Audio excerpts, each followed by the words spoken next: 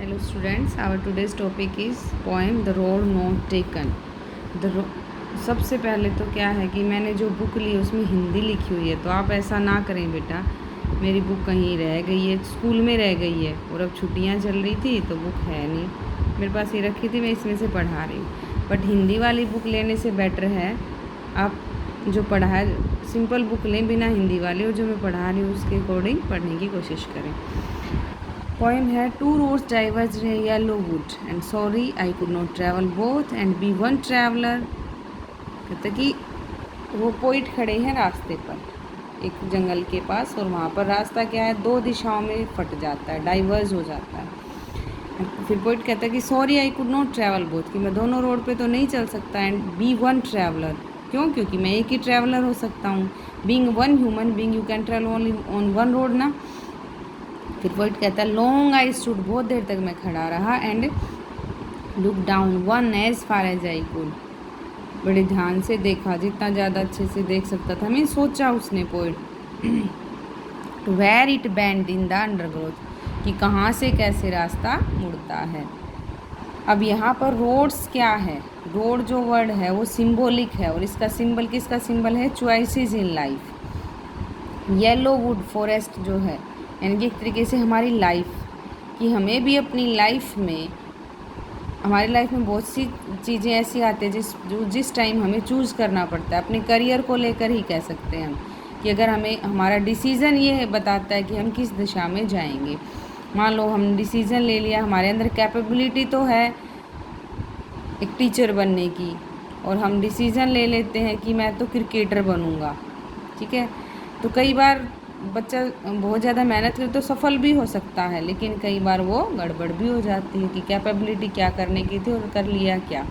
तो लाइफ में जो चेंजेस हैं जो भी हम पाते हैं वो हमारे चॉइस पर डिपेंड करता है। तो पोइट को भी एक बार चॉइसेस करनी पड़ती है अपनी लाइफ में। एक फॉरेस्ट के पास खड़े हैं, उधर दो रास्ते जाते कि कौन से रास्ते पर वो जाएं। सोचते हैं, देन क्या कहते हैं poet, then took the other just as fair. कहता टुक द अदर, मैंने कौन सा रास्ता चुना, दूसरा, जस्ट एज फेयर, बिल्कुल साफ थी ये बात, and having perhaps the better claim, और शायद मैंने जो दावा किया ना, क्लेम किया, वो बेटर भी था।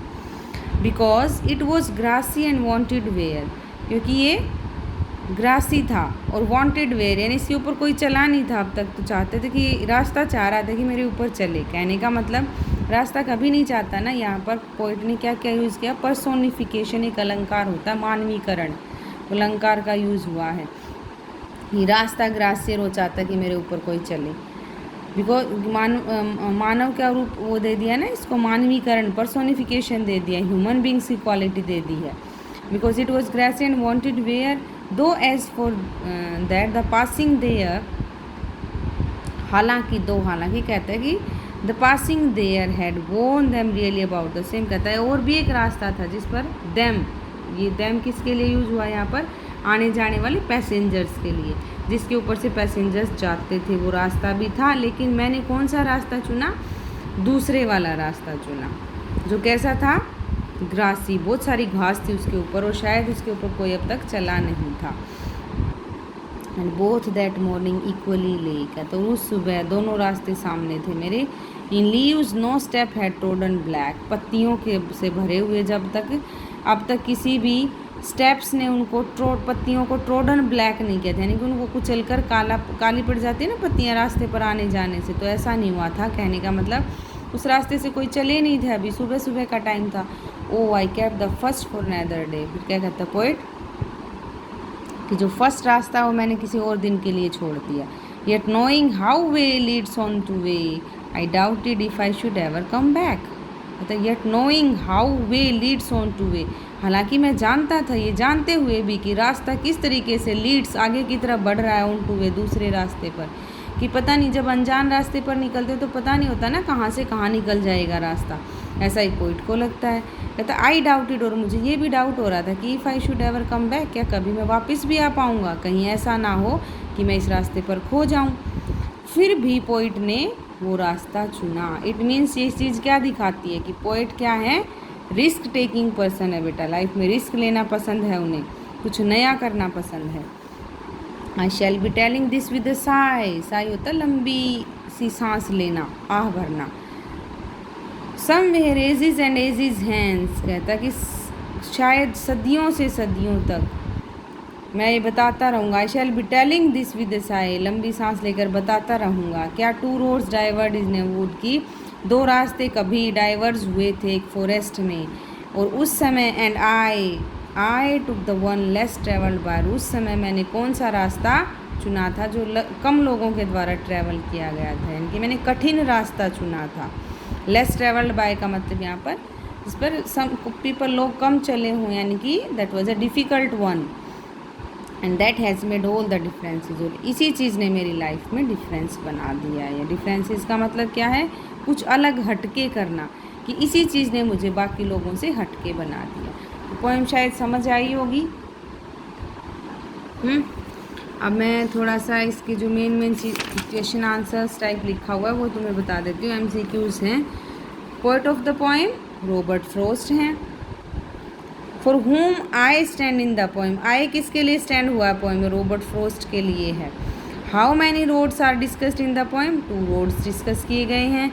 Where were the 2 roads diverged, किस तरफ मुड़ गए हैं रास्ते, in a yellow wood forest में।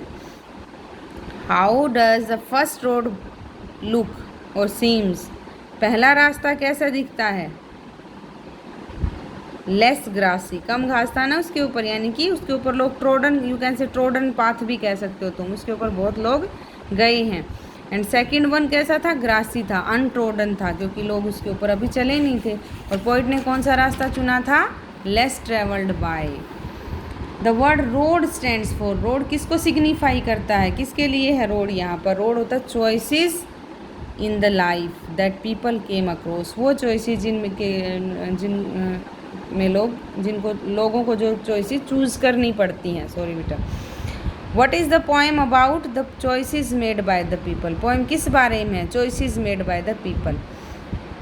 Persons future is decided by according to Robert Frost, Robert Frost के अकॉर्डिंग पर्सन का फ्यूचर कौन सी चीज़ डिसाइड करती है, तो the path chosen by the people, कि वो रास्ता जो लोग चुनते हैं उसी से उनका भविष्य निर्धारित हो जाता है।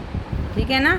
राइम स्कीम क्या है पोएम की, मैंने आपको बताई थी, ABAAB, नहीं बताई थी तो फिर से एक बार बता देती हूँ। देखो राइम स्कीम क्या होती है, जैसे would, stood, could, both, growth, इस तरीके से लास्ट के जो वर्ड्स राइम करते हैं वो राइम स्कीम बन जाते हैं। तो वुड को हमने A दे दिया, तो स्टूड और कुड को भी A देना पड़ेगा, और बोथ और ग्रो अंडर ग्रोथ हो जाएंगे B। तो राइम स्कीम क्या बनेगी, ABAAB। समझ गए। What suggests that the road was travelled by less people, किस चीज़ से पता चलता है कि रोड पर कम लोग चले हैं, बिकॉज इट वॉज ग्रासी, है ना। नेक्स्ट है poetic device in the poem, poem में कौन सी पोइटिक डिवाइस यूज हुई है, मेटाफर, मेटाफर यानी रूपक अलंकार। Where does the poet find himself, poet अपने आप को कहाँ पाता है, ऑन अ फोक, फोक क्या होता है बेटा, दोराहा। फोक देखा ना जिससे फ्रूट्स खाते हैं, फोर्क बोलते हैं आप लोग एक्चुअल में उसको, लेकिन वो फोक होती है उसकी प्रोनाउंसिएशन। जेली देखी होगी आप लोगों ने, इस तरीके से बनी होती है ना, आगे से 2 हिस्से होते हैं, तो फोक बन गया। तो पोइट कहाँ पर खड़ा था, फोक पे खड़ा था ना, एक रास्ते में से दो रास्ते निकल रहे थे।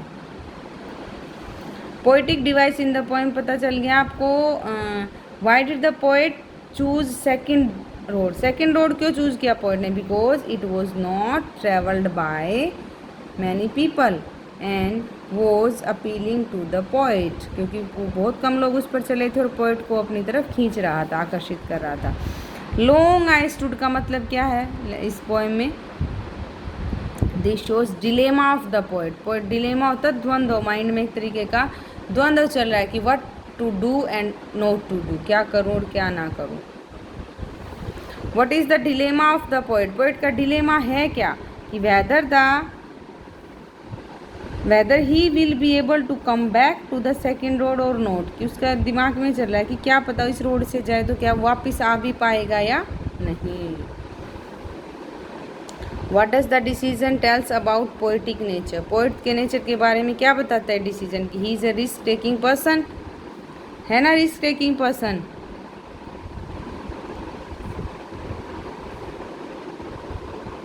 Adventurous person you can say. If I should ever come back, ये लाइन क्या बताती है पोइट के बारे में? इनडिसाइसिव नेचर, कि वो इनडिसाइसिव होता है जब डिसीजन नहीं ले पाते हम। INDECISIV, indecisive. वांटेड वेयर का मतलब क्या है कि had not been used yet, जो अब तक यूज नहीं किया गया है। Why could the poet travel the both roads? Couldn't, could not आएगा यहाँ पे कि दोनों रोड क्यों नहीं चल सकता वो? Because he is a one traveller, और एक आदमी दो रास्तों पर एक साथ कैसे चल सकता है? तो ये थी आपकी पोएम। पोएम में कुछ एक क्वेश्चंस बहुत इंपॉर्टेंट, जैसे इसकी राइम स्कीम है, इसमें कौन कौन सी पोइटिक डिवाइसेस यूज़ की गई हैं, जैसे सिमिली यूज़ की गई है, एज जहाँ आ जाता है ना कंपैरिजन में, एज वहाँ पर सिमिली होता है। सिमिली होता है बेटा उपमा अलंकार। यहाँ पर पर्सोनिफिकेशन यूज़ किया गया है। इस टाइप से अलग अलग इसमें अलंकार वगैरह यूज़ किए गए हैं। राइम स्कीम आपको इसकी पता होनी चाहिए।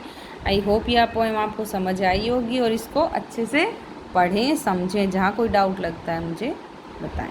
Thank you.